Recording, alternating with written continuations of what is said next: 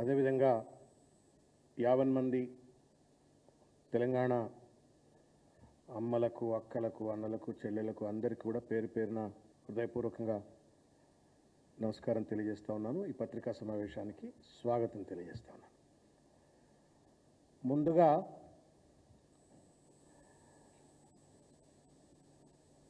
తెలంగాణ రాష్ట్ర ప్రజలకు, విద్యార్థి సోదరులకు, కార్మిక కర్షకులకు, జర్నలిస్టు సోదరులకు, సబ్బండ వర్గాలకు తెలంగాణ ఉద్యమంలో మేము సైతం అంటూ తెలంగాణ రాష్ట్ర సాధన కోసం పోరాడినటువంటి, తెలంగాణ రాష్ట్రాన్ని సాధించుకువచ్చినటువంటి వీరులందరికీ కూడా పేరు పేరున ముందస్తుగానే రాష్ట్ర అవతరణ శుభాకాంక్షలు తెలియజేస్తా ఉన్నాను. అదేవిధంగా తెలంగాణ రాష్ట్ర సాధనలో భాగంగా తమ జీవితాలను భగ్నం చేసుకొని అమరవీరులైనటువంటి విద్యార్థి, నిరుద్యోగ వీరులందరికీ కూడా, అమరవీరులందరికీ కూడా హృదయపూర్వకంగా శ్రద్ధాంజలి ఘటిస్తూ ఉన్నాను. రేపు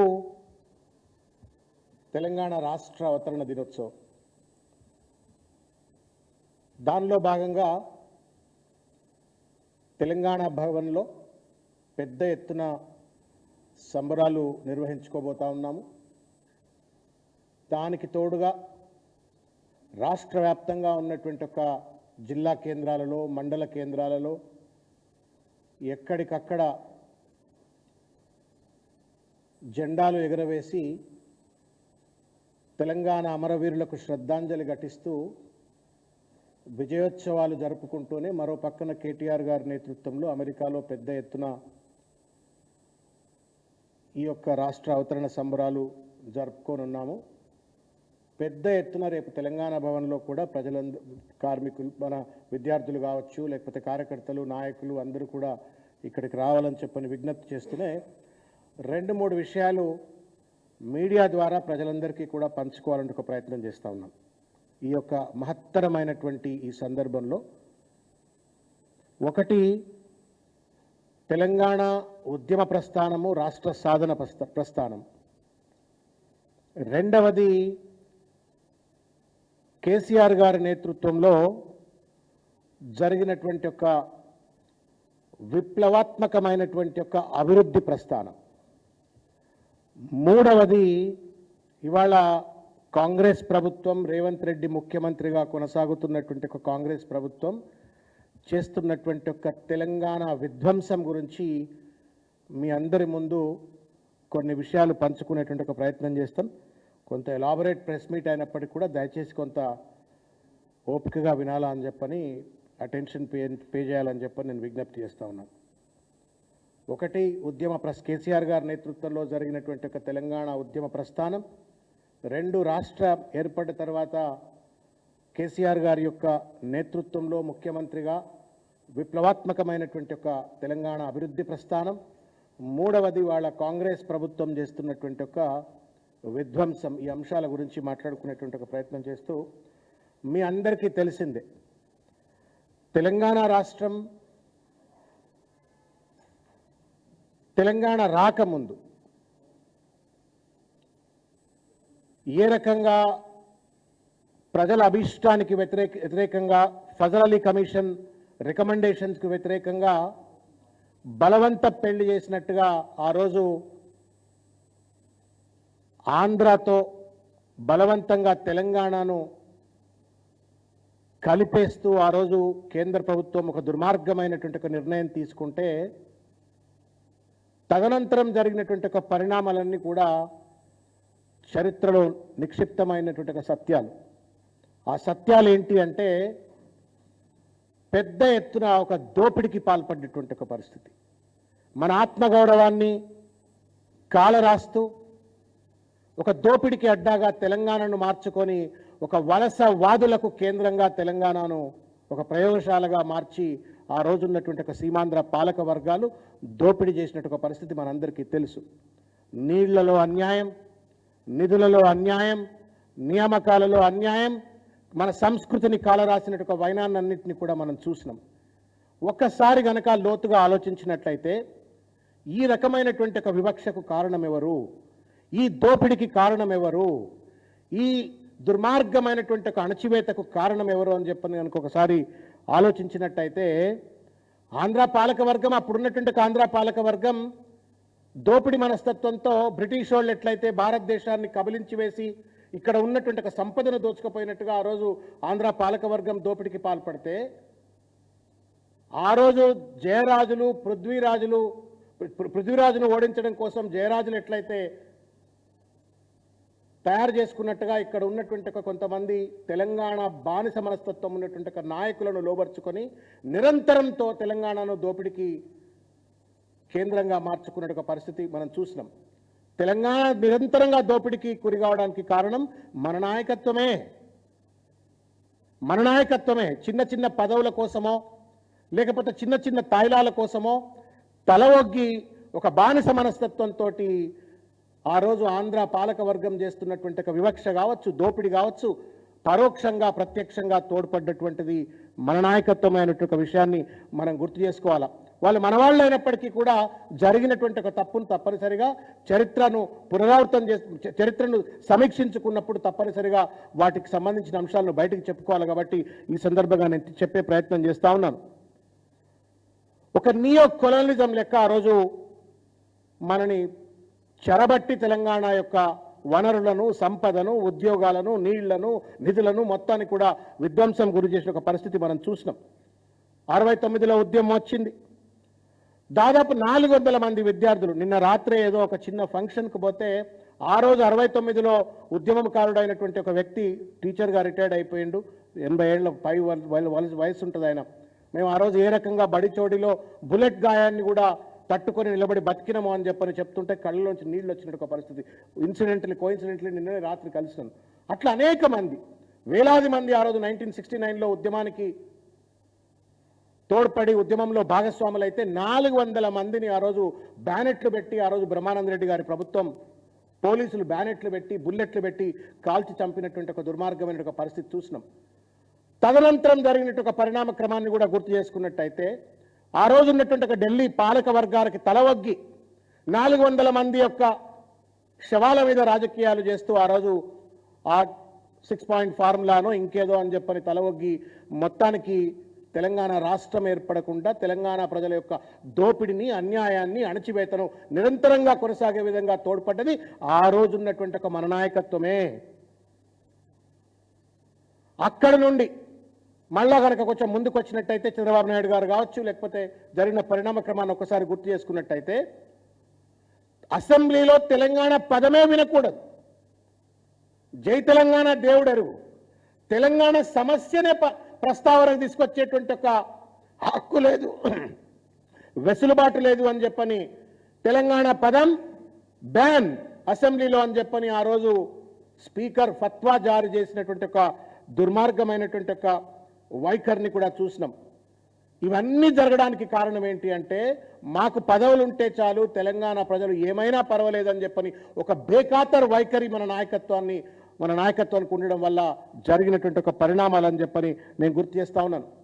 ఆ రోజు తెలంగాణ ఉద్యమంలో మమేకమై పనిచేస్తున్నటువంటి ఒక బెల్లి లలిత గారు కావచ్చు, లేకపోతే మా రోజు వీరన్న గారు కావచ్చు, అనేక మంది తెలంగాణ ఉద్యమకారులను పిట్టల లెక్క ఊచకోత కోసి ఎన్కౌంటర్లు చేసినటువంటి ఒక పాలక వర్గాల చరిత్ర కూడా, రక్తసిక్తమైన తెలంగాణ చరిత్రను కూడా ఈరోజు మనం గుర్తుపెట్టుకోవాల్సిన అవసరం ఉంది అని చెప్పని నేను గుర్తు చేస్తా ఉన్నాను. శాశ్వతంగా తెలంగాణను వలసవాదులకు, దోపిడికి అడ్డగా మార్చుకున్నటువంటి ఒక పరిస్థితి నాకు బాగా గుర్తు. 1987-8 ప్రాంతంలో దుశ్శల సత్యనారాయణ గారు అని చెప్పని జలసాధన సమితి నల్గొండ జిల్లాలో నడిపేవారు. నేను ఆ రోజుల్లో ఆర్ట్స్ కాలేజ్ జనరల్ సెక్రటరీగా ఉన్నాను. వారిని పట్టుకొచ్చి ఆర్ట్స్ కాలేజ్లో జలసాధన సమితి అని చెప్పని తెలంగాణకు నీళ్లలో అన్యాయం అవుతుంది నల్లగొండ జిల్లాకు అని చెప్పని ఆర్ట్స్ కాలేజ్ రూమ్ నెంబర్ 52లో ఒక సమావేశాన్ని పెడితే ఆ రోజు ఉన్నటువంటి అనేక మంది మేధావులు తెలంగాణ వస్తుందా పోతుందా, ఇంకా కృష్ణానది నీళ్లు మీరు లిఫ్ట్ ఎట్లా చేస్తారు, ఎట్లా నీళ్ళు వస్తాయి? మనకు నీళ్లు రావు, మన తెలంగాణ ఎండిపోవాల్సిందే, మన భూములు ఎండిపోవాల్సిందే, ఆగం కావాల్సిందే. ఇదంతా మీరు అనవసరమైనటువంటి ఒక కొత్త పంచాయతీ పెడుతున్నారా అని చెప్పని మా పైన ఆ రోజు ఉన్నటువంటి చాలామంది ప్రొఫెసర్లు కావచ్చు, ఇంటలెక్చువల్స్ కావచ్చు అన్నటువంటి ఒక పరిస్థితి కూడా చూసినాం. అట్లా ఒక నిరాశ, ఒక నిస్పృహ, ఒక అశక్తత, ఒక దుర్మార్గమైనటువంటి ఒక భావదారిద్ర్యంలో తెలంగాణ మగ్గి ఉంటూ దోపిడైనా పర్వాలేదు అని చెప్పని ఒక అచేతనమైనటువంటి ఒక సుప్త చేతనావస్థలో తెలంగాణ సమాజం ఉన్నటువంటి ఒక తరుణంలో ఒక సూర్యుడు లెక్క కేసీఆర్ గారు పొడుస్తున్న పొద్దు మీద అన్నట్టుగా కేసీఆర్ గారు 2001లో తెలంగాణ ఉద్యమాన్ని మరొక్కసారి తనకున్నటువంటి ఒక పదవులు, పార్టీ పదవులు, ప్రజా ప్రాతినిధ్య పదవులు అన్నీ కూడా త్యాగం చేసేసి తెలంగాణ ఉద్యమంలోకి వచ్చినటువంటి ఒక విషయాన్ని కూడా మనం గుర్తు చేసుకోవాలా. నేను నిన్న రాత్రి ఎప్పుడో మీరు కూడా వినాలని చెప్పి కోరుతున్నా. ఈ కార్యక్రమాన్ని చూసేటువంటి ఒక తెలంగాణ బిడ్డలు కూడా వినాలని చెప్తున్నారు. గూగుల్లో, యూట్యూబ్లో కొడితే మీకు కనబడుతుంది. ఇబ్రహీం తొరారే అని చెప్పని ఒక young speaker, 35 year old person, African revolutionist. ఇప్పుడు ఆయన మాట్లాడుతున్న మాటలు 2001లో కేసీఆర్ గారు మాట్లాడిన మాటల లెక్కనే కనబడతా ఉన్నాయి.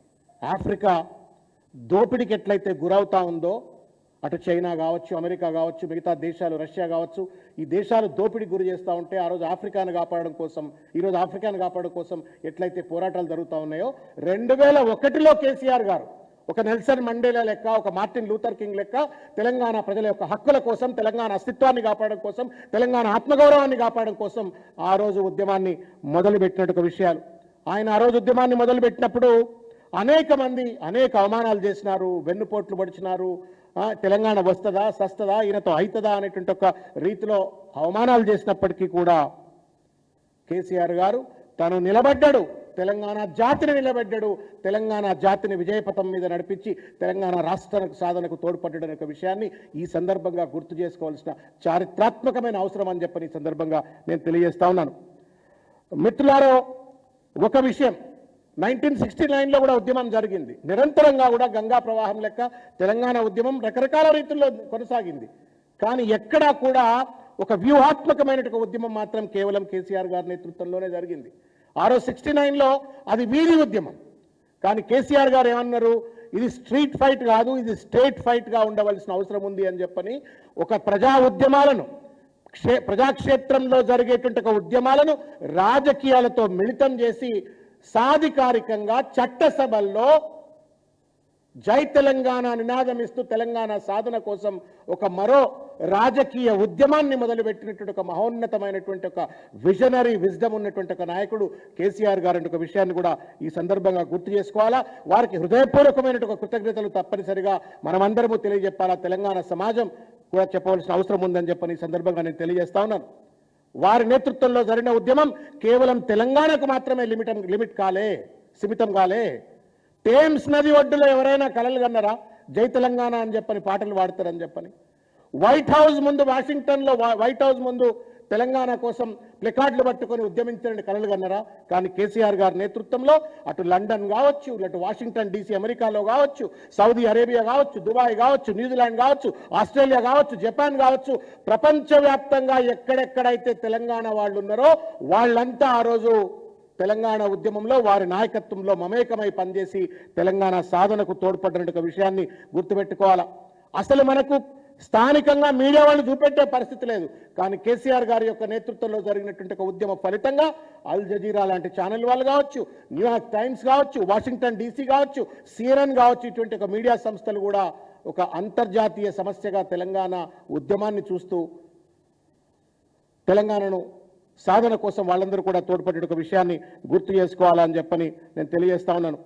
ఈ రకంగా సబ్బండ వర్గాలు వందే మాతరం అని చెప్పని ఆ రోజు స్వతంత్ర పోరాటంలో ఎట్లయితే భారతదేశానికి చెందినటువంటి 50 మంది వందే మాతరం అని చెప్పని నినదించినరో, కేసీఆర్ గారి యొక్క నాయకత్వంలో జై తెలంగాణ అని చెప్పని అంతే సగర్వంగా, అంతే ఉద్యమ స్ఫూర్తితోటి జై తెలంగాణ నినాదం ఇస్తూ ఉద్యమంలో పనిచేసినారు. కేసీఆర్ గారి నాయకత్వంలో తెలంగాణ సాధించుకున్నామనే ఒక విషయాన్ని ఈ సందర్భంగా మనం గుర్తు చేసుకోవాలని చెప్పి నేను తెలియజేస్తా ఉన్నాను. అయితే మిత్రులారా, ఒక విషయం, ఊరంతా ఒక దారి, ఉలిపికట్ట ఒక దారి అని చెప్పని ఒక సామెత ఉన్నది. ఈ సామెత ఇవాళ రేవంత్ రెడ్డి గారికి వాళ్ళ కాంగ్రెస్ పార్టీలో మంత్రులుగా చలామణవుతున్న చాలా మంది పెద్దలకు వర్తిస్తుంది అని చెప్పని ఈ సందర్భంగా నేను తెలియజేస్తా ఉన్నాను. ఒక బానిస మనస్తత్వంతో సీమాంధ్ర నాయకుల పంచన జోరి ఉద్యమకారులపై తుపాకీ ఎక్కిబెడుతూ ఉద్యమకారులపై విచ్చలవిడిగా దాడులు చేస్తూ ఇవాళ మనమైదనే స్వారీ చేస్తూ ఇవాళ ముఖ్యమంత్రిగా ప్రస్థానం కొనసాగిస్తున్నటువంటి రేవంత్ రెడ్డి చరిత్రను కూడా తప్పనిసరిగా మనం గుర్తు చేసుకోవాల్సిన అవసరం ఉందని చెప్పని ఈ సందర్భంగా నేను తెలియజేస్తా ఉన్నాను. కాంగ్రెస్ పార్టీకి అంతో ఇంతో క్రెడిబిలిటీ ఉండే. ఆ క్రెడిబిలిటీ ఏంటి అంటే సోనియా గాంధీ గారు కష్టపడ్డారు, బిల్లు పెట్టేయటంలో కానీ ఆ బిల్లు పాస్ కావడంలో కానీ తన వంతు పాత్ర ఉంది అని చెప్పని అసెంబ్లీ సాక్షిగా కేసీఆర్ గారే ఒప్పుకున్నారు. కాబట్టి ఆ క్రెడిబిలిటీ అంతో ఇంతో ఉండే. ఆ క్రెడిబిలిటీని కాస్త పూర్తిగా కూడా భగ్నం చేస్తూ టీపీసీసీ అధ్యక్ష పదవిని దాదాపు ఒక 30 కోట్ల రూపాయలు పెట్టి కొనుక్కున్నాడని చెప్పని కోమటిరెడ్డి వెంకటరెడ్డి చెప్పిండు. అటువంటి పెద్ద మనిషి వాళ్ళ ముఖ్యమంత్రి పదవిలో కూర్చొని ఆ కుర్చీని కలుషితం చేసిండు. అటు కాంగ్రెస్ పార్టీకి ఉన్న క్రెడిబిలిటీని కూడా విధ్వంసం చేసిన చరిత్రను కూడా తప్పనిసరిగా గుర్తు చేసుకోవాలని చెప్పని. అమ్మడం కొనడం అనేటువంటిది సీమాంధ్ర నాయకుల దగ్గర నేర్చుకున్నటువంటి ఒక నైపుణ్యం కలగావచ్చు ముఖ్యమంత్రి గారికి. మొత్తానికి ఢిల్లీని కూడా హస్తగతం చేసుకున్నాడు. ఏఐసీసీ హైకమాండ్ హస్తగతం చేసుకొని ఒక దుర్మార్గమైనటువంటి ఒక నియంతృత్వ పాలన ఇవాళ కొట్లాడి తెచ్చుకున్నటువంటి ఒక తెలంగాణ ఈయనగాసినాక నక్కల పాలైనట్టుగా ఇవాళ రేవంత్ రెడ్డి అండ్ కంపెనీ ఇవాళ కాంగ్రెస్ ప్రభుత్వ పెద్దలు చేస్తున్న దుర్మార్గానికి తెలంగాణ బలైపోతా ఉంది. తెలంగాణ విధ్వంసానికి గురవుతున్న ఒక విషయాన్ని కూడా తప్పనిసరిగా గుర్తు చేసుకోవాలని చెప్పి నేను మిత్రులందరికీ తెలియజేస్తా ఉన్నాను. 2 కళ్ళ సిద్ధాంతం నాకు బాగా గుర్తు. తెలంగాణ ఉద్యమ కాలంలో చంద్రబాబు నాయుడు గారు అన్న మాటలు మీ అందరికీ గుర్తుంటుంది.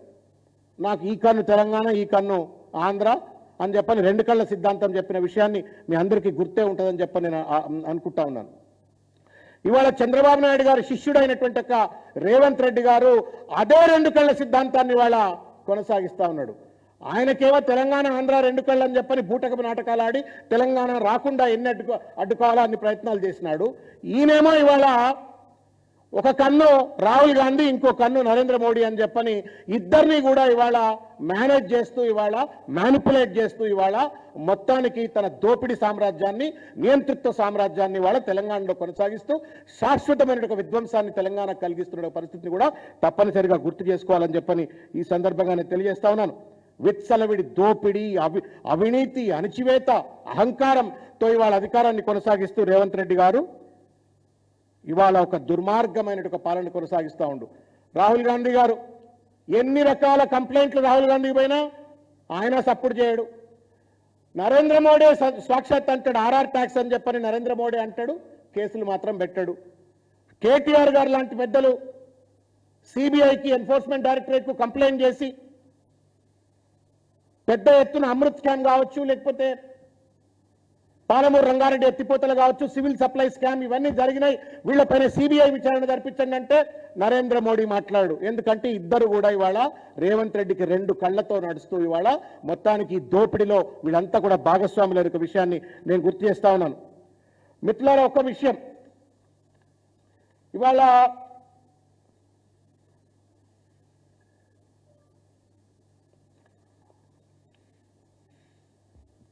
తెలంగాణ రాష్ట్రం ఏర్పడ్డ నాడు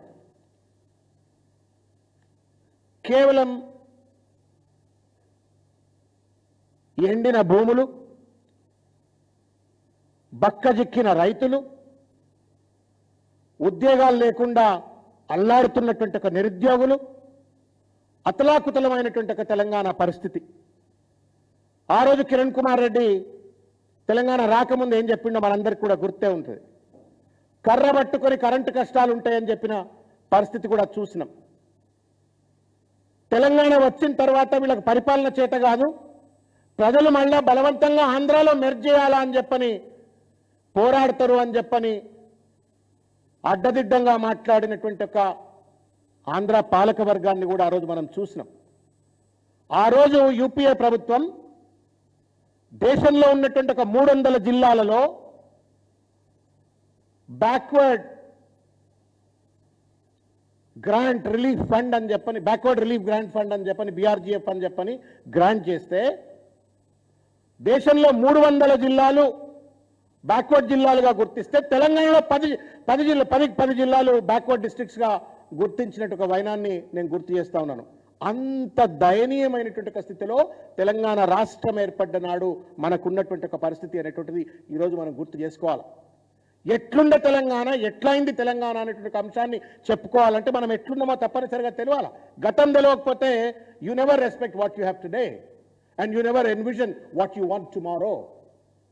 కాబట్టి దయచేసి నేను తెలంగాణ సమాజానికి నేను విజ్ఞప్తి చేస్తా ఉన్నాను. ఏ పరిస్థితుల్లో మనకు తెలంగాణ వచ్చింది, ఏ పరిస్థితుల్లో తెలంగాణ సాధించుకున్నాం, ఏ పరిస్థితుల్లో కేసీఆర్ గారి చేతిలో పెట్టినాం, ఎంత సమృద్ధిగా తెలంగాణను అభివృద్ధి చేసి కేసీఆర్ గారు ముఖ్యమంత్రి పదవి నుండి దిగిపోయినరు అన్నట్టు విషయాన్ని కూడా తెలంగాణ సమాజం దయచేసి గుర్తుపెట్టుకోవాలని చెప్పి నేను కోరుతా ఉన్నాను. ఇవాళ ఆ రోజు తెలంగాణ వచ్చిన కొత్తలోనే తెలంగాణ ప్రజలెన్నుకున్న తెలంగాణ ప్రభుత్వాన్ని విచ్ఛిన్నం చేయాలని చెప్పని రేవంత్ రెడ్డి అండ్ కంపెనీ, చంద్రబాబు నాయుడు గారు వీళ్ళంతా చేసిన కుట్రలు మనం చూసినాం. ఓటుకు నోటు కేసేం ఆషామాషి కేసు కాదు.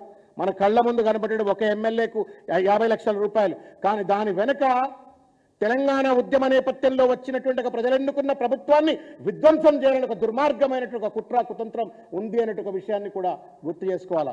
ఇన్ని కుట్రలు, ఇన్ని కుతంత్రాలు, ఇన్ని రకాలైనటువంటి ఒక ఆర్థిక అసమానతలు, వెనుకబాటుతనం, అన్ని రకాలుగా ఇబ్బందుల్లో ఉన్నటువంటి ఒక తెలంగాణను ఎట్లా అభివృద్ధి చేయాలా, ఎట్లా పరిపాలన చేయాలనేటువంటిది హెర్క్యూలియన్ టాస్క్, ఒక పెద్ద ఛాలెంజ్.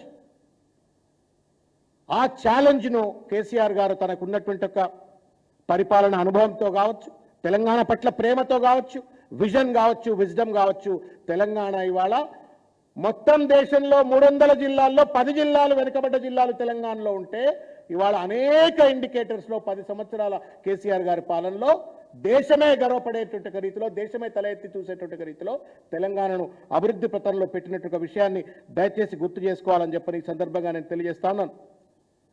మిత్రులారా, నేను కొన్ని ఇండికేటర్స్, స్టాటిస్టికల్ ఇండికేటర్స్ మళ్ళా నేను తెలంగాణ సమాజానికి తెలిసి ఉండవచ్చు, అయినప్పటికీ కూడా గుర్తు చేసుకోవాల్సిన సందర్భం కాబట్టి ఈ సందర్భంగా నేను గుర్తు చేస్తా ఉన్నాను.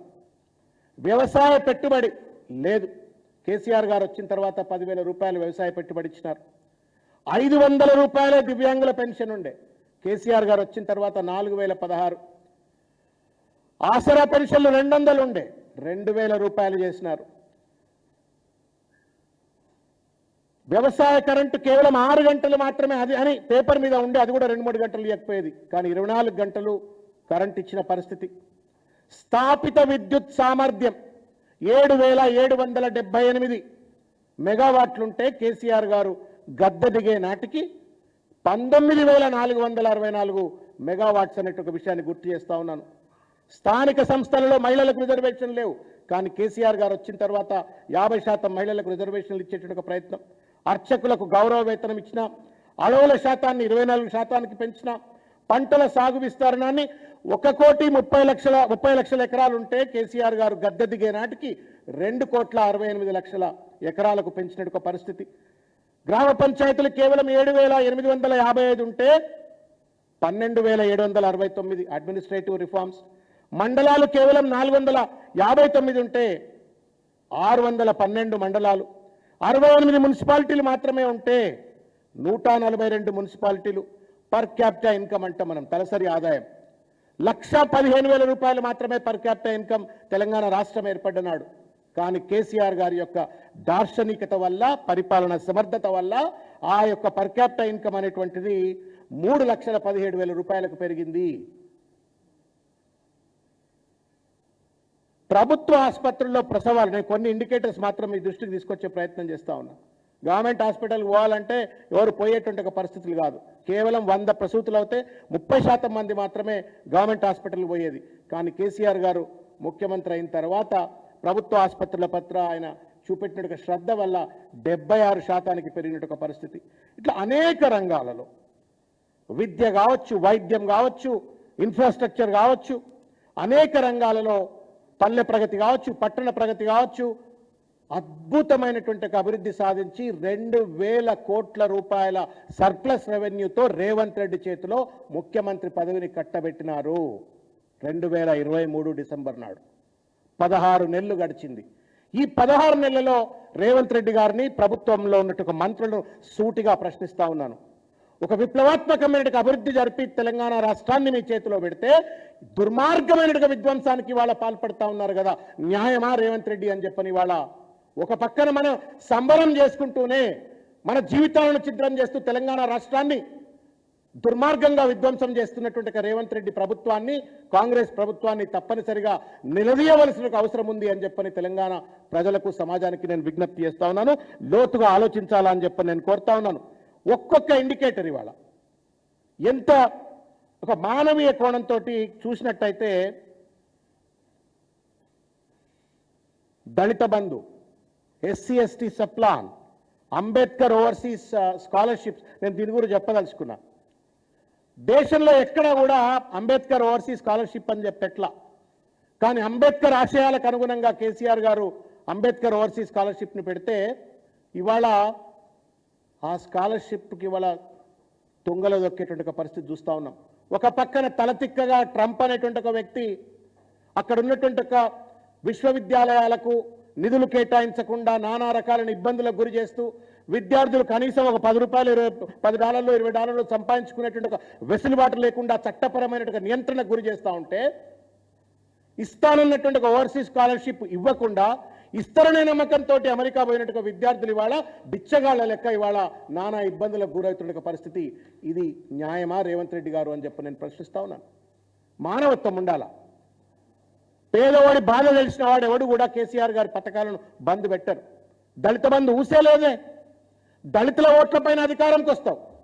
గద్దర్ లాంటి ఒక మహానాయకుడు ఒక దళిత బిడ్డను ఐకానిక్ గా చూపెట్టే ప్రయత్నం చేస్తావు, కానీ దళితుల ఓట్ల మన్ను కొడుతూ ఇవాళ దళిత బంధు లాంటి పథకాన్ని అమలు చేసేటువంటి ఒక ప్రయత్నం మాత్రం చేయట్లేవు. ఇది దగా కాదా, ఇది మోసం కాదా అని చెప్పని రేవంత్ రెడ్డి గారు నేను ప్రశ్నిస్తా ఉన్నా. పేదింటి ఆడబిడ్డలు, పేద కుటుంబాల్లోకి వచ్చిన వాళ్ళు ప్రసవాలకు పోవాలంటే చాలా ఇబ్బంది పడతారు. ఎందుకంటే దేని మాల్న్యూట్రిషియస్. ఇది గుర్తించిన దేశంలో ఎవరు గుర్తించలే, ఇది కేసీఆర్ గారు గుర్తించినారు. పేదవాళ్ళ చెమట వాసన తెలుసు, వాళ్ళ కష్టం తెలుసు, వాళ్ళ నష్టం తెలుసు, వాళ్ళ బాధలు తెలుసు. కాబట్టి ఆ కుటుంబాలు పడే బాధ ఏందో తెలిసిన వారు కేసీఆర్ కిట్టును పెడితే మీరు పెట్టుకోరు. రాజీవ్ గాంధీ కిట్టు పెట్టుకొని, సోనియా గాంధీ కిట్టు పెట్టుకొని, రేవంత్ రెడ్డి కిట్ అనే పెట్టుకోండి, అభ్యంతరం లేదు. కానీ పేదలకు వచ్చేటువంటి ఒక పథకాన్ని ఆపుచేసే ప్రయత్నం చేస్తూ ఉన్నారు కదా. KCR nutrition kit, KCR kit అని చెప్పని ఆ పిల్లలు పుట్టిన పిల్లలకు కొంత మంచి వెసులుబాటు ఉండేటువంటి ఒక రీతిలో కేసీఆర్ కిట్ను ప్రవేశపెడితే దాన్ని తుంగలో దొక్కేస్తూ ఉన్నారు. ఇట్లా అనేక రకాలైనటువంటి ఒక పథకాలను ఇష్టం వచ్చినట్టుగా ఇవాళ తుంగలో దొక్కుతూ ఇవాళ ఒక విధ్వంసానికి రేవంత్ రెడ్డి గారు పాల్పడతా ఉన్నారు. నేను కేసీఆర్ గారు నేతృత్వంలో జరిగినటువంటి ఒక అనేక రకాలైనటువంటి అభివృద్ధి స్వేదపత్రం అని చెప్పని గతంలో కేటీఆర్ గారు చెప్పినారు. నేను ఇంకా వీటి గురించి ఎక్కువగా చెప్పవలసిన అవసరం లేదు, కానీ ఇది గూగుల్లో కొట్టినా ఎక్కడ కొట్టినా స్పష్టంగా కనబడుతుంది. ఒకసారి దయచేసి పునశ్చరణ చేసుకోవాల్సిన అవసరం ఉందని చెప్పని ఈ సందర్భంగా నేను అందరికీ తెలియజేస్తా ఉన్నాను. ఇవాళ ఈ రకంగా ఒక దుర్మార్గమైనటువంటి రీతిలో పార్టీని వంచి, ప్రజల్ని వంచి, డబ్బు పెట్టి పిసిసి అధ్యక్ష పదవిని కొనుక్కొని, ముఖ్యమంత్రి పదవిని కొనుక్కొని మరి ప్రజల్ని ఏమైనా ఉద్ధరించిందా అంటే ఇవాళ ఒక నీచమైనటువంటి ఒక పరిపాలన కొనసాగిస్తూ ఇవాళ ఒక ఆర్థిక విధ్వంసానికి రేవంత్ రెడ్డి పాల్పడతా ఉన్నాడు. ఒక దుర్మార్గమైనటువంటి ఒక ఆర్థిక విధ్వంసానికి ఇవాళ రేవంత్ రెడ్డి గారు పాల్పడతా ఉన్నారు. ఇది దయచేసి తెలంగాణ సమాజం లోతుగా గుర్తించాలా అని చెప్పని, రాజకీయాలకు అతీతంగా ఆలోచించండి. మేమేదో తెలంగాణ భవన్లో కూర్చొని బీఆర్ఎస్ పార్టీ వేదిక నుంచి మాట్లాడుతున్నందుకు మేము బీఆర్ఎస్ వ్యూగా చూడకండి. నిష్పక్షపాతంగా రేవంత్ రెడ్డి నేతృత్వంలో కాంగ్రెస్ ప్రభుత్వం చేస్తున్న ఆర్థిక విధ్వంసాన్ని ఒక్కసారి గుర్తించండి. ఇది మనందరి యొక్క పిల్లల భవిష్యత్తును సర్వనాశనం చేసేటువంటి ఒక రీతిలో ఒక అసమర్థ పాలన కొనసాగిస్తూ, అవినీతి పాలన కొనసాగిస్తూ ఒక ఆర్థిక విధ్వంసానికి ఇవాళ రేవంత్ రెడ్డి పాల్పడతా ఉన్నాడు. జిఎస్డిపి 4,70,000 రూపాయలు ఉన్నటువంటి ఒక జిఎస్డిపి కేసీఆర్ గారి నేతృత్వంలో అది కాస్త 15 లక్షలకు జిఎస్డిపి పెరిగితే అంత అద్భుతంగా ఆర్థికంగా సమృద్ధితో రాష్ట్రాన్ని పరిపాలించి ముందు పెడితే ఇవాళ రేవంత్ రెడ్డి ఆర్థిక విధ్వంసానికి పాల్పడతా ఉన్నాడు. మీరు చెప్పండి ఒక మాట. ఒకప్పుడు కేసీఆర్ గారు అంటే నరేంద్ర మోడీ కంటే కూడా పెద్దోడు, గొప్పోడు అన్నటువంటి ఒక రీతిలో గౌరవిస్తూ దేశమంతా కూడా ఆయన వైపు చూస్తున్నటువంటి ఒక పరిస్థితి. దేశంలో ఏ నాయకుడు కూడా ఆలోచించినటువంటి ఒక విప్లవాత్మకమైన అభివృద్ధి పథకాలు అమలు చేసినట్టు ఒక దార్శనికుడు అని చెప్పని గౌరవిస్తున్నటువంటి తెలంగాణ సీఎం అంటే వాహ్ కేసీఆర్ సాబ్ అద్భుతమైన అభివృద్ధి అని చెప్పని గౌరవిస్తున్నట్టు ఒక రీతి, ఢిల్లీ లాంటి ప్రదేశాలకు పోయి వీఆర్ ఫ్రమ్ తెలంగాణ అంటే సెల్యూట్ కొట్టేట ఒక పరిస్థితి. అటువంటిది వాళ్ళ తెలంగాణ సీఎం అంటే చెప్పుల దొంగ అని చెప్పని చూస్తున్నాడు అంటే ఎంత దిగజార్చిండు అనేటువంటి ఒక విషయాన్ని దయచేసి మీరే ఆలోచించాలని చెప్పి నేను కోరుతా ఉన్నాను. There is a absolute chaos in the financial management of the state. ఎవడన్నా ఎంత తలకు మాసినోడైనా సరే మన ఇండ్లలోనే గుర్తుపెట్టుకుందాం. ఇంటి ముందు నిలబడి ఎవడన్నా లబో దిబో అని మొత్తుకొని నా ఇల్లు ఆగమైపోయింది, నేను దివాలు తీసిపోయినా ఎవడన్నా చెప్తాడండి? మీరు ఒక్కసారి ఆలోచించండి. ఎవడన్నా తలకు మాసినోడు కూడా చెప్పడట్లా. పూర్తిగా దివాలు తీసి ఆగమైపోయి తాగుబోతాయి అప్పుల పాలైపోయి తినడానికి తిండి లేకుండా మొత్తం కనీసం ఎవడు పట్టించుకోలేకుండా వీడా అని చెప్పని చీత్కరిస్తుంటే కూడా కొద్దిగా గొప్ప తెల్లబడలు వేసుకొని గౌరవంగా నిలబడి మా ఇల్లు నేను మంచుకున్నామని చెప్తారు. కానీ దేశంలోనే కాదు ప్రపంచంలో ఇంత తలకు మాసిన ముఖ్యమంత్రి ఎవరు ఉండకపోవచ్చు. రేవంత్ రెడ్డి సీఎం అంటే చెప్పులు దొంగ అని చూస్తున్నారని, అప్పులు ఇస్తలేరని చెప్పని, ఇదంతా కాంట్రడిక్షన్ అర్థం కాదు. ఒక్కసారి మీడియా మిత్రులు అర్థం చేసుకోవాలని కోరుతున్నా. ఒక పక్కన అప్పులు ఇస్తలేరు అంటాడు, అప్పులు ఇస్తలేరు కోసుకొని తింటారా చిల్లు కావలేదు అని చెప్పని మాట్లాడతాడు. సందట్లో సడమియా లెక్క 1,80,000 కోట్ల రూపాయలు అప్పు చేసిండు. ఇది లెక్కలు, ఇది సిఏజీ లెక్కలు. ఈ ఎట్లా కాంట్రడిక్షన్ ఇది? మన చెప్పుల రంగ లెక్క చూస్తున్నారు అని చెప్పని మాట్లాడతారు. ఇవాళ రియల్ ఎస్టేట్ రంగం సర్వనాశనం చేసి పడేసినాడు. ఇలా ఎందుకు చేసినాడు? మెట్రో రైల్ అరేంజ్మెంట్ మార్చడంతో, ఎల్పీ నెంబర్లకు పర్మిషన్లు ఇవ్వకపోవడంతో, లేఅవుట్లకు పర్మిషన్ లేదు, బిల్డింగ్లకు పర్మిషన్ లేదు. పర్మిషన్ ఇవ్వాలంటే ఆర్ఆర్ ట్యాక్స్ ఇవ్వాలా. ఎవడిస్తాడు రాబాయ్ 100 రూపాయలు పర్ స్క్వేర్ ఫీట్ అని చెప్పని వాళ్ళ వెనక విక్కోవటం. అటు బిల్డర్లను సర్వనాశనము, ఎలైడ్ సెక్టర్స్లో పనిచేస్తున్నట్టు వాళ్ళందరినీ సర్వనాశనం చేసేసి ఏం బాపుకుంటా ఉండో రేవంత్ రెడ్డి. మొత్తానికి రియల్ ఎస్టేట్ రంగం కుదేలైపోయింది, రిజిస్ట్రేషన్స్ తగ్గిపోయినాయి, జిఎస్టీ కలెక్షన్స్.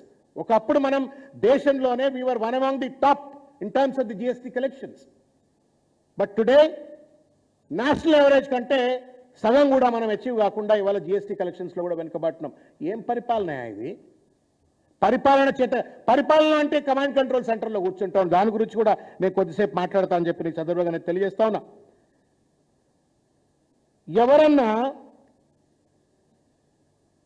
ఎంత దుర్మార్గమైన వ్యక్తి అని అంటే, రైతులు ఇవాళ వడ్లు కొనుక్కోలేక వడ్లు పండించిన వడ్లు రోడ్ల మీద కుప్పలు పోసి పెట్టినరు, కొంటలేరు.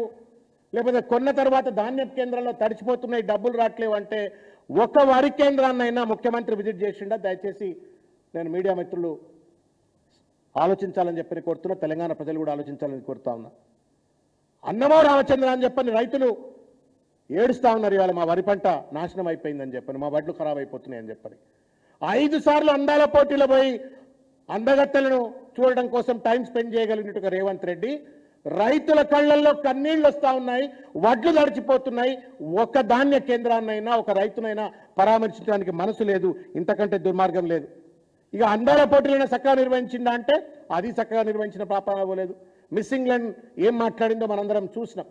దేశానికే మచ్చ తెచ్చినాడు, తెలంగాణకు మచ్చ తెచ్చినాడు, దేశానికి మచ్చ తెచ్చినాడు. భారతదేశంలో మహిళలంటే మనం గౌరవంగా చూస్తాం.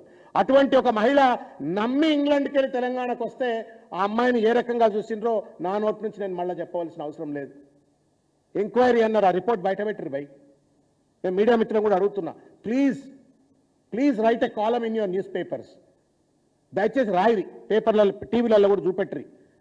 అందాల పోటీలపై జరిగినటువంటి ఒక ఎంక్వైరీ రిపోర్ట్ను బహిర్గతం చేయండి. అది రేవంత్ రెడ్డి ఇంట్లో జరిగిన పోటీ కాదు, ప్రజల సొమ్ముతో 200 కోట్ల రూపాయలు పెట్టి ప్రజల సొమ్ముతో జరిగినటువంటి తెలంగాణ ప్రతిష్ట, భారతదేశ ప్రతిష్ట మిళితమైనటువంటి ఒక పోటీలు అవి. ఆ పోటీల్లో ఒక మహిళ వచ్చి, అది కూడా ఇంగ్లాండ్కి వెళ్ళి వచ్చి ఇక్కడ తనను వ్యభిచారిగా చూసిందని లేకపోతే రకరకాల రీతుల్లో ఆవిడ మాట్లాడినరు.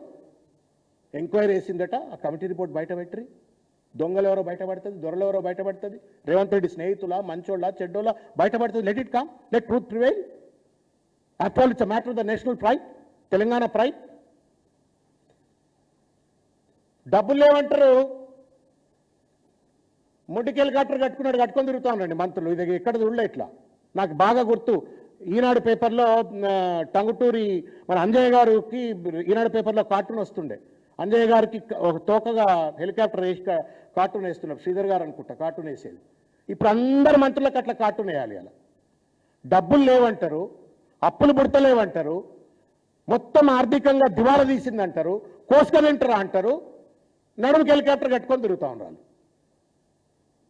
100 కిలోమీటర్ల దూరంలో హెలికాప్టర్లు పోతా ఉన్నారు. ఈ రకంగా మొత్తం రాష్ట్రాన్ని ఆర్థికంగా విధ్వంసం చేసినట్టు పరిస్థితిని నేను తెలంగాణ సమాజం ముందు ఉంచే ప్రయత్నం చేస్తూ ఉన్నాను. వ్యవసాయ విధ్వంసం కేసీఆర్ గారు కష్టపడి విజన్ తోటి దార్శనికతతోటి దేశంలో ఎవరూ ఆలోచించిన రీతిలో వ్యవసాయాన్ని స్టెబిలైజ్ చేసిండు. Agriculture has been stabilised in Telangana. Revanth Reddy and company వచ్చిన తర్వాత వ్యవసాయాన్ని పూర్తిగా కూడా డీస్టెబిలైజ్ చేసి పడేసినాడు. ఎందుకు స్టెబిలైజ్ చేసినారు కేసీఆర్ గారు? ఎట్లా చేసినారు అంటే రకరకాల మార్గాలు ఎంచుకున్నారు ఆయన. రైతులకు వ్యవసాయ సహాయకారక పెట్టుబడి సహాయంగా ఉండాలని చెప్పని రైతు బంధు పథకాన్ని పెట్టినారు. ఎప్పుడు అమలు చేసినారు? అది సీజన్కు ముందే వాళ్ళ అకౌంట్లలో డబ్బులు పడే విధంగా. ఎందుకంటే ఆ డబ్బును మళ్ళా పెట్టుబడి కోసం వాడుకుంటూ వ్యవసాయం చేయాలంటే ఇంట్రెస్ట్ లేకున్నా, వ్యవసాయం చేయాలంటే కష్టం అనుకున్న వాళ్ళు కూడా డబ్బులు వచ్చినాయి కదా నేను పండియొచ్చు అని చెప్పని ఒక ఉత్సుకత వచ్చే విధంగా రైతులను ఒక ప్రొడక్టివ్ ఇంజన్స్గా మార్చడం కోసం, రాష్ట్ర సంపదను పెంపొందించడంలో భాగస్వాములుగా మార్చడం కోసం పెట్టుబడి సాయం చేసినట్టు ఒక పథకాన్ని ఇవాళ రేవంత్ రెడ్డి గారు తుంగలో దొక్కిండ్రు. 15,000 ఇస్తా అన్నాడు, దాఖలాలు లేవు, ఎక్కడ పోయినాయో. యాసంగి అయిపోయింది, వడ్లు రోడ్ల మీద ఉన్నాయి, సగం మంది అమ్ముకున్నారు, సగం మంది తడిచిపోయినాయి. ఇంతవరకు యాసంగిలో ఇవ్వవలసిన రైతు బంధు ఇవ్వలేదు. కౌలు రైతులకు 12,000 ఇస్తా అన్నాడు, దాని దాఖలాలు లేవు. రుణమాఫీ ఇవాల్టికి 16 లక్షల మందికి 2 లక్షల పూర్తి రుణం అందలేదని చెప్పని సంఖ్యలు చెప్తా ఉన్నాయి. దాన్ని కూడా దాటవేత ధోరణికి పాల్పడతా ఉన్నాడు. పండిన ధాన్యం కొంటలేరు, కొన్న ధాన్యానికి డబ్బులు ఇస్తలేరు, కొనుగోలు కేంద్రాలలో ధాన్యం దడిచిపోతా ఉంది. వాళ్ళ రైతులు అత్యంత దయనీయమైన ఒక పరిస్థితిలో ఉన్నారు. సన్నవడ్లకు బోనస్ ఇస్తా అన్నారు, అది కూడా ఇచ్చిన దాఖలాలు లేవు. రైతు బీమా ప్రీమియం 4 నెలలు అయింది కట్టక. రైతులు చనిపోతే ఇవాళ డబ్బులు వచ్చే పరిస్థితి లేదు, ఎప్పుడు వస్తుందో తెలియదు. ఈ రకంగా మొత్తం తెలంగాణ రైతాంగం పాలిటి శాపంగా మారి ఇవాళ ఒక పక్క ఆర్థిక విధ్వంసం, మరో పక్కన వ్యవసాయ విధ్వంసం. Most stabilised sector in Telangana under KCR rule was agriculture. ఉచిత కరెంట్ ఇచ్చినా, లేకపోతే నిరంతర సాగునీరు అందించినా, పెట్టుబడి సహాయం అందించినా, పండించిన పంటను కొన్నా, రకరకాల రీతుల్లో రైతుకు అండగా ఉండి ప్రతి రైతును ఒక ప్రొడక్టివ్ ఎంటర్ప్రైజ్గా తీర్చిదిద్ది ఒక రంగాన్ని స్టెబిలైజ్ చేస్తే ఇవాళ రేవంత్ రెడ్డి 16 నెలల కాలంలో మొత్తం విధ్వంసం చేసిన పరిస్థితిని దయచేసి గుర్తుపెట్టుకోవాలని చెప్పని ఈ సందర్భంగా నేను కోరుతా ఉన్నాను. ఇరిగేషన్ విధ్వంసం, వ్యవసాయ విధ్వంసం అయిపోయింది, ఆర్థిక విధ్వంసం అయిపోయింది, ఇక సాగునీరు రంగం విధ్వంసం. ఎవడన్నా మెడకాయ మీద తలకాయ ఉన్నాడు కాళేశ్వరం ప్రాజెక్టును ఎండబెట్టారు. వీళ్ళ కుట్ర కాళేశ్వరం ప్రాజెక్టు, ముఖ్యంగా మేడిగడ్డ బ్యారేజ్లో ఒక చిన్న పిల్లర్ కుంగిపోతే దాన్ని రిపేర్ చేసుకోవడానికి 100 కోట్లు 200 కోట్లు అవుతుంది. అటువంటి దాన్ని పూర్తిగా పడవలబెట్టి కేసీఆర్ గారిని గత ప్రభుత్వాన్ని దోషిగా నిలబెట్టాలని ఒక దుర్మార్గమైన కుట్ర చేస్తూ ఇవాళ తెలంగాణకు ఎంత అన్యాయం చేస్తూ ఉన్నాడంటే ఇవాళ కాళేశ్వరం కింద ఉన్నటువంటి ఒక రైతులందరి నోళ్లలో మన్ను కొడతా ఉన్నారు. ఎండాకాలంలో కూడా కాళేశ్వరం వల్ల 500 టీఎంసీ నీళ్లు భూగర్భంలో ఉండేయని చెప్పుకున్నది. ప్రతి చెక్ డ్యామ్, వేలాది చెక్ డ్యామ్స్లో నీళ్లు, ప్రతి చెరువులో నీళ్లు, ప్రతి వాగులో నీళ్లు, ప్రతి పొలంలో నీళ్లు వచ్చే విధంగా బహుళార్థ సాధక ప్రాజెక్టుగా ఉన్నటువంటి ఒక అద్భుతమైన కాళేశ్వరం ప్రాజెక్టును కేవలం కేసీఆర్ గారి పైన అక్కస్తో కేసీఆర్ గారికి చెడ్డ పేరు రావాలా, దొంగ కేసులు పెట్టి కేసీఆర్ గారిని ఇబ్బంది పెట్టాలా, తద్వారా రాజకీయ లబ్ధి పొందాలనే ఒక కుట్రతోటి వాళ్ళ కాళేశ్వరంను పడావ పెట్టి కేసీఆర్ గారిపై కక్ష తీర్చుకోవాలంటే రకరకాల మార్గాలు ఉండొచ్చు, కానీ ప్రజలపైన కక్ష తీర్చుకుంటా ఉన్నాడు. ఓట్లేసి గద్దె మీద అధికారం ఇచ్చినటువంటి ఒక రైతాంగం నోట్లో మన్ను కొడతా ఉన్న విషయాన్ని ఈ సందర్భంగా గుర్తు చేసుకోవాలని చెప్పి నేను గుర్తు చేస్తున్నాను.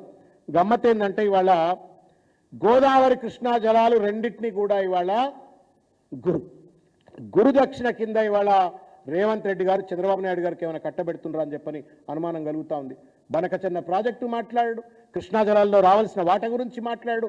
మొత్తానికి వాళ్ళ రేవంత్ రెడ్డి తెలంగాణ ప్రజల రైతులకు రావాల్సినటువంటి ఒక జల హక్కులను చంద్రబాబు నాయుడు గారికి తాకట్టు పెట్టి గురుదక్షిణ ఇది కూడా ఇస్తా ఉండు. ఇది కూడా గుర్తించాలని చెప్పని ఈ సందర్భంగా నేను తెలియజేస్తా ఉన్నాను. ఒక్క క్షణమన్న కరెంటు పోయిందా చెప్పని? ఇవాళ టీవీలు, ఫ్రిడ్జ్లు, ఇండ్లల్లో బల్బులు ఎగిరిపోతూ ఉన్నాయి, కరెంటు లేదు. ఎప్పటికప్పుడు షార్ట్ సర్క్యూట్లు అయితే తెలియదు, ఎప్పుడు కరెంటు పోతుందో తెలియదు. 24 గంటలు కరెంటు వచ్చింది. ఇవాళ పవర్ కట్స్ ఇవాళ తెలంగాణలో చూస్తున్నట్టు ఒక పరిస్థితి. తాగునీరు కష్టాలు మళ్ళా మొదలైన ఒక పరిస్థితి చూస్తూ ఉన్నాం మనం. ఇవాళ ఒక విధ్వంసకారుడు, నేను ఎందుకు మరీ చెప్తా ఉన్నా అంటే, ఎవరన్నా మనకు ఓట్లేసిన వాళ్ళు ఇండ్లు కూలుస్తామండి? హైడ్రా పేరు మీద రేవంత్ రెడ్డి చేసినట్టు ఒక మారణ హోమం ఎవరన్నా మర్చిపోగలుగుతారా చెప్పండి? గుండెల్లో కత్తులు దింపినట్టే అది. పేద ప్రజల గుండెల్లో కత్తులు దింపినట్టు హైడ్రా లాంటి బుల్డోజర్లు పంపి, ఒక పక్కన ఉత్తరప్రదేశ్లో బుల్డోజర్ రాజు అని చెప్పని రాహుల్ గాంధీ మాట్లాడతాడు, తెలంగాణలో బుల్డోజర్ రాజు నడిపిస్తూ హైడ్రా పేరు మీద ఇండ్లు కూల్చివేసింది, మూసీ పేరు మీద ఇండ్లు కూల్చివేసింది. విత్సలవిడి అదాని లాంటి వాళ్లకు మూసీని కట్టబెట్టే ఒక ప్రయత్నం చేయటం, ప్రాజెక్టును కట్టబెట్టే ప్రయత్నం చేయటం, అవినీతికి పాల్పడటం. నోరు లేని జీవాలను కూడా వదిలిపెట్టలే. నోరున్నటువంటి ఓటేసినటువంటి ఒక పేద ప్రజలను వదిలిపెట్టలే.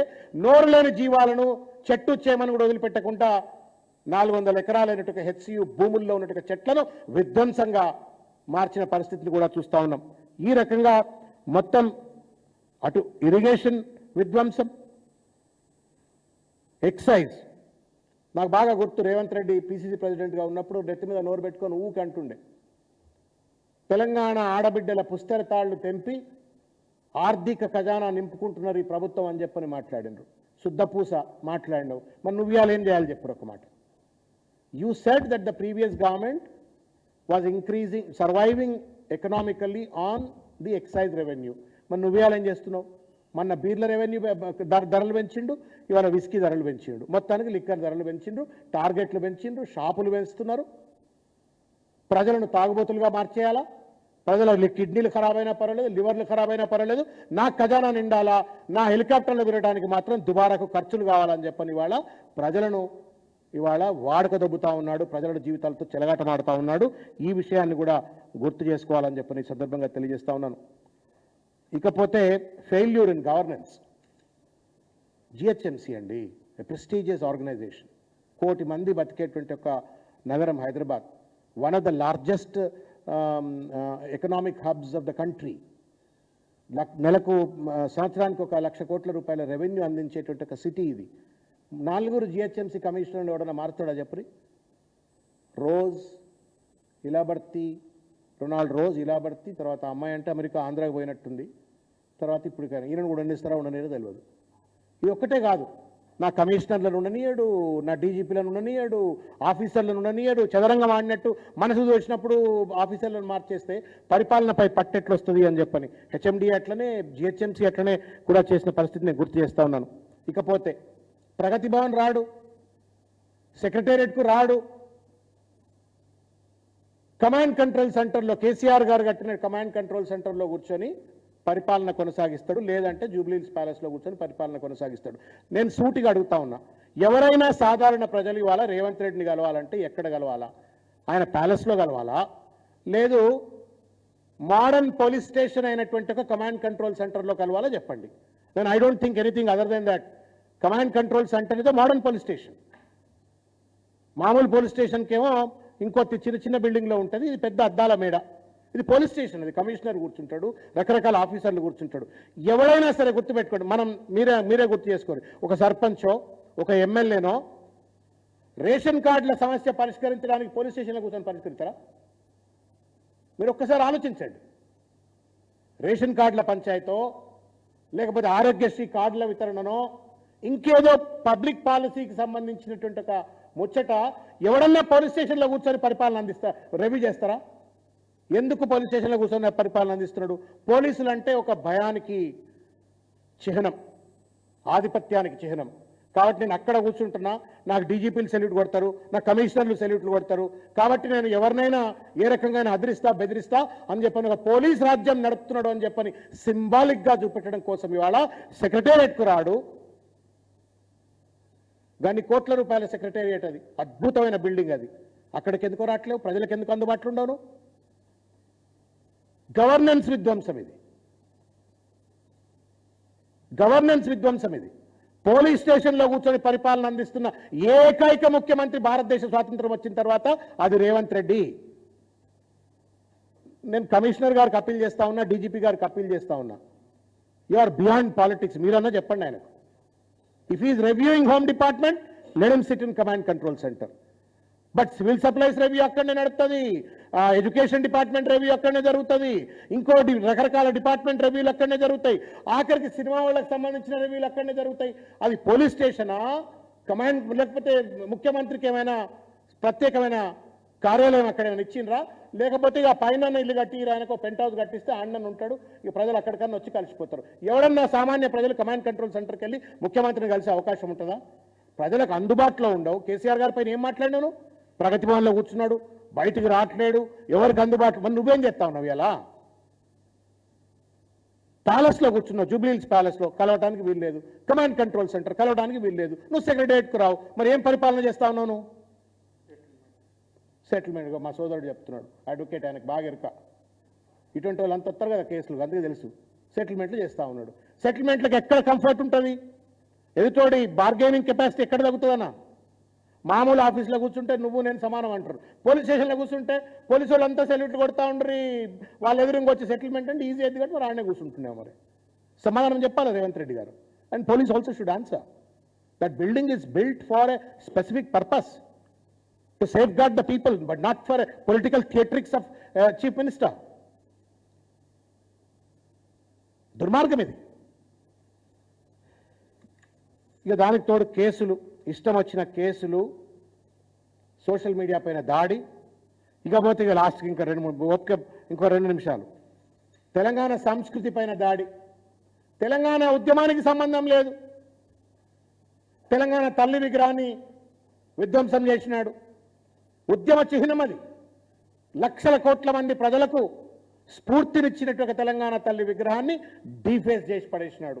గడిల దొరసాని విగ్రహాన్ని పెట్టినట్టు పెట్టి పడేసినాడు. మనమేమో భూతల్లి, తెలంగాణ భూతల్లి అని చెప్పని తెలంగాణ తల్లి విగ్రహం పెట్టుకున్నాము.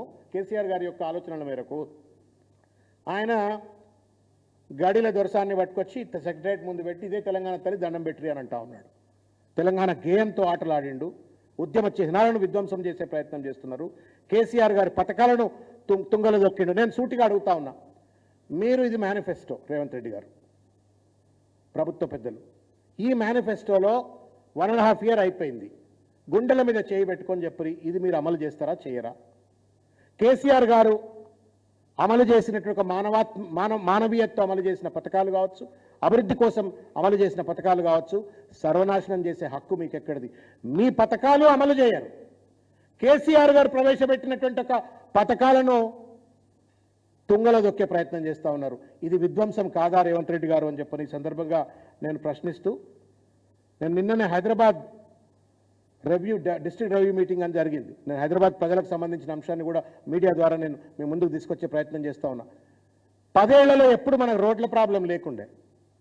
కేటీఆర్ గారు ఏం కష్టం పడ్డారో, ఎట్లా పడ్డారో, మున్సిపల్ శాఖ మంత్రిగా అద్దాల లెక్క రోడ్లు. ఇవాళ ఎక్కడ చూసినా పాటోల్స్, సమాధానం చెప్పరు. దోమల నియంత్రణ చేయకపోతున్నారు. ఫాగింగ్ చేయరు, బ్లీచింగ్ చేయరు, క్లోరినేషన్ చేయరు. రోడ్ల మీద పాట్ హోల్స్ను రిపేర్ చేసే పరిస్థితిలో లేదు. ఇవాళ జిహెచ్ఎంసీ కాంట్రాక్ట్స్ ఎవరు తీసుకోవడానికి ముందుకు రావట్లేరు, ఎందుకంటే పెండింగ్ బిల్స్ పక్కనే ఉన్నాయి. ఒక్క పెండింగ్ బిల్స్ను కూడా పూర్తి స్థాయిలో పే చేయట్లేరు. ప్రైవేట్ స్కూల్స్ ఇష్టం వచ్చినట్టు దోపిడీకి పాల్పడతా ఉన్నాయి, నియంత్రణ లేదు. ప్రైవేట్ ఆసుపత్రులు విచ్చలవిడి దోపిడీకి పాల్పడతా ఉన్నాయి, నియంత్రణ లేదు. మొత్తానికి ఒక పరిపాలనా విధ్వంసాన్ని కొనసాగిస్తూ ఆర్థిక విధ్వంసం, వ్యవసాయ విధ్వంసం, సాగునీరు రంగంలో విధ్వంసం, పరిపాలనలో విధ్వంసం, మొత్తానికి ఒక విధ్వంసకారుడిగా రేవంత్ రెడ్డి గారి ప్రభుత్వం, కాంగ్రెస్ ప్రభుత్వం మారింది. కాబట్టి ఈ సందర్భంగా నేను ఒకటే విజ్ఞప్తి చేస్తా ఉన్నాను ప్రభుత్వంలో ఉన్న వాళ్ళకు, you still have about 3.5 years of time. మీకు మళ్ళా ఒక 2 సార్లు తెలంగాణ రాష్ట్ర ఏర్పాటు వస్తుంది, అప్పటికన్నా సరిదిద్దుకోవాలని చెప్పి నేను కోరుతా ఉన్నా. బుద్ధి మార్చుకోండి, మీ వైఖరి మార్చుకోండి. ప్రజలను దగా చేస్తూ, మోసం చేస్తూ తెలంగాణ లక్ష్యాలను, రాష్ట్ర సాధన లక్ష్యాలను దయచేసి విఘాతపరచొద్దు అని చెప్పని మరొక్కసారి నేను వారికి విజ్ఞప్తి చేస్తూ ముగిస్తాను. Thank you.